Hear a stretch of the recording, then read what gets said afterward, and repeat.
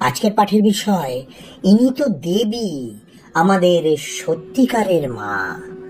জননীং শারদাং দেবীং রামকৃষ্ণম জগদ্গুরুম পাদপদ্মে তয়োস্থিত্বা প্রণমামি মুহুর্মুহ।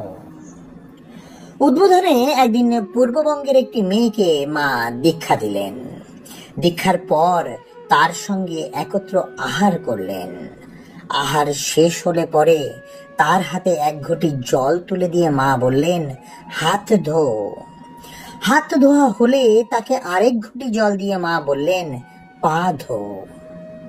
মেয়েটি তো কেঁদে ফেলল, বলল, এমন আদেশ যেন মা না করেন। মা বললেন, তুমি আমার কে? সে উত্তর দিল, আমি তোমার মেয়ে মা। তখন মা বললেন, তবে যা বলছি শোনো, পা ধো। তখন সে পা ধুল। নিবেদিতা তো মেম ছিলেন, মা তার ভাষা জানতেন না, অথচ নিবেদিতার সঙ্গে একত্রে খেতে বসতেন। তার কি উদারতা! এইসব দৃষ্টান্ত আলোচনা করলে আমরা বুঝতে পারি মার ভালোবাসা কি অদ্ভুত জিনিস। এই ভালোবাসা দিয়েই তিনি সকলের মা হতে পেরেছিলেন। 1911 সালে ব্যাঙ্গালোরে একদিন গোবিপুরের গুহা মন্দির দর্শন করে আমরা যখন আশ্রমে ফিরলাম, তখন সেখানে লোকের লোকারণ্য। মাকে বললাম, দেখুন কত লোক দর্শনের জন্য এসেছে।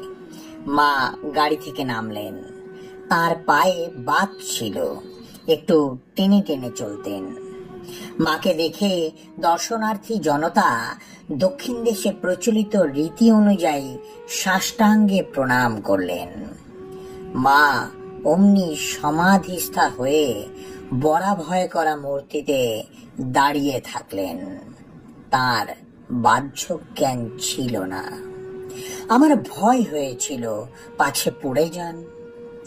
সেদিন তিনি সকলের হৃদয় পুলকে ভরিয়ে দিয়েছিলেন। মা বুদ্ধিতা হলে দর্শনার্থীরা আনন্দ করতে করতে চলে গেলেন। একজন বললেন, ইনি তো দেবী, আমাদের সত্যিকারের মা। আজকের পাঠের তথ্যসূত্র শ্রী শ্রী মায়ের পদপ্রান্তে থেকে, স্বামী বিশুদ্ধানন্দজি মহারাজ। জয় মা শারদা, জয় মা শারদা, জয় মা শারদা।